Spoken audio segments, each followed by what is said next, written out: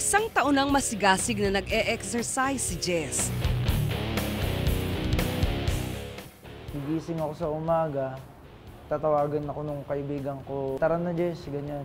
Yun, tatakbo kami ng tatakbo hanggang sa mapagod, hanggang sa di na namin kaya.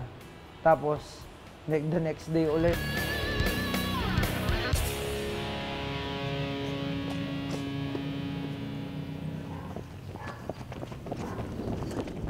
Paborito niyang ruta ang Scout area sa Quezon City.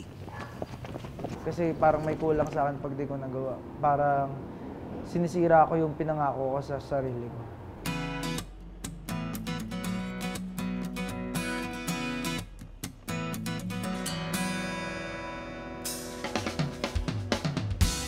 Sa call center nagtatrabaho si Jess. Kahit minsay panggabi, gumagawa siya ng paraan para makapag-exercise. Dati ay ibang-iba si Jess.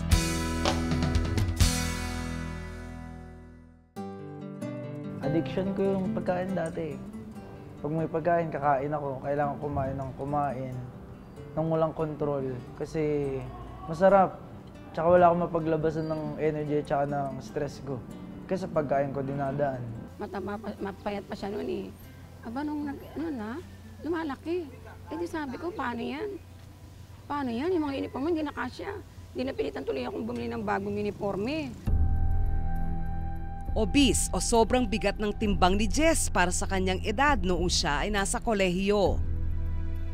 Sa taas na 4'11", umabot siya ng 200 pounds at 42 inches naman ang baywang niya.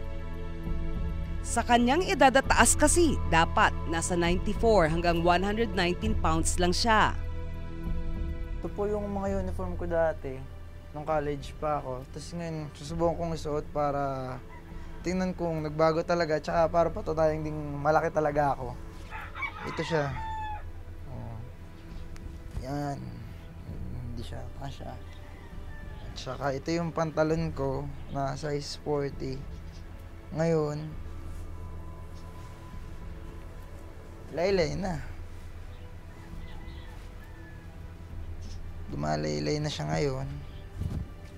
Bago talaga.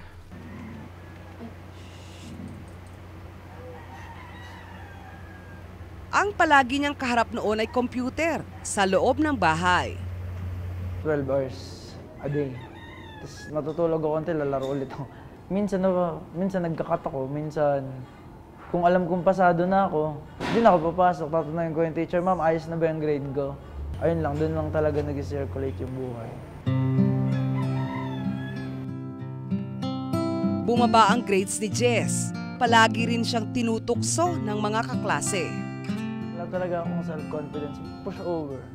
Simula nung natigil ako sa athletic endeavors ko, push over na po ako kung okay lang po sa akin. Away-awayin, nalipos tayo ng mga tao. Ayun, minsan kung ano-ano, taba mo, bagal mo maglakad. Patalikod, pinagtatawanan nila ako, ganyan. Parang si Mr. Bean daw maglakad kasi hindi makalakad ng matino. Penguin.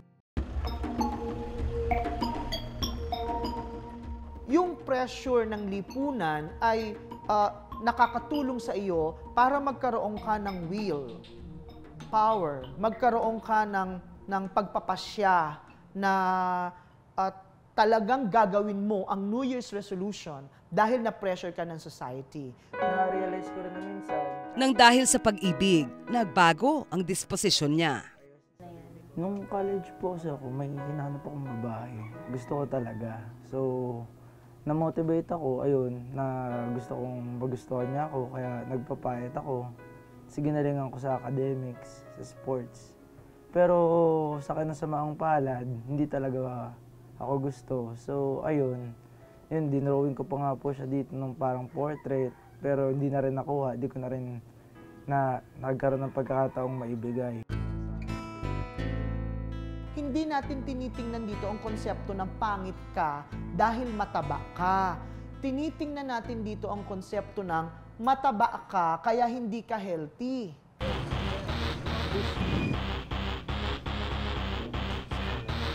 Ginawa ni Jess ng New Year's resolution noong nakaraang taon. ang pagpapapayat.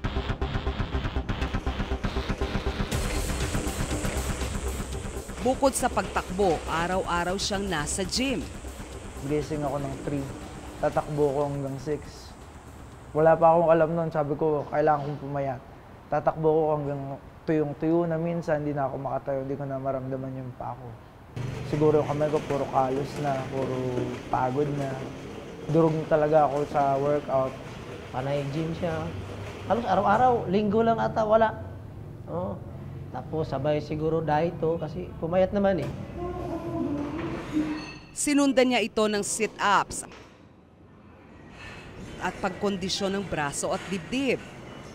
Kasi noong una talaga, kahit itanong niyo kay Kuya, iyak ako pag nagbuhat. Sabi ko, hindi ko na kaya, ganyan. Hirap, ang hirap, ayoko na bumalik bukas. Sabi ko sa kanya, huwag ka lang hinto. Oh. Dandahan lang. Oh, para kung gusto mo talagang pumayat, tulungan mo sarili mo. Tuwing linggo lang ang pahinga ni Jess sa gym. 1 oras kada araw ang workout niya. 500 piso ang bayad niya para sa unlimited na paggamit ng gym.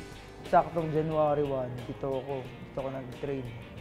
Dito ko dinala ng mga kaibigan ko para mag-train hanggang sa hindi ko na namalayan yung January 1 na sinabi kong 1 buwan lang ako mag-train.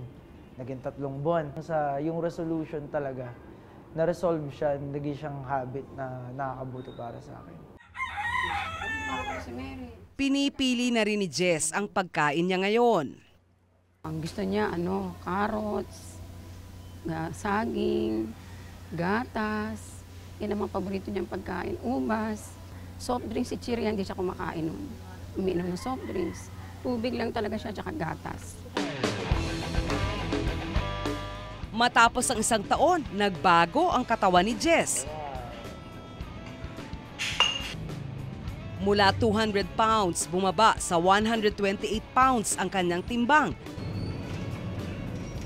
Ang dati niyang 42 inches na baywang, 28 na lang.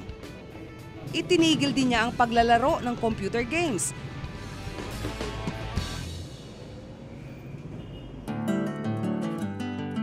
Nang magtapos sa kolehiyo, gumaan na siya.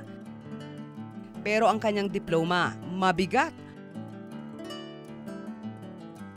Magna cum laude siya ng kanilang batch. Yun, fulfilling and naghahanap pa ako ng iba pang bagay na pwede kong i-conquer. Pwede kong ibigay yung effort ko. Epektibo raw ang kanyang New Year's resolution. Kasi parang pagpatak ng bagong taon, madami kang pwedeng maisip, pwedeng kang magawa eh. So, mas parang reset, parang soft reset ba sa buhay mo? Ngayong 2015, balak niyang pag-ibayuhin pa ang training at workout.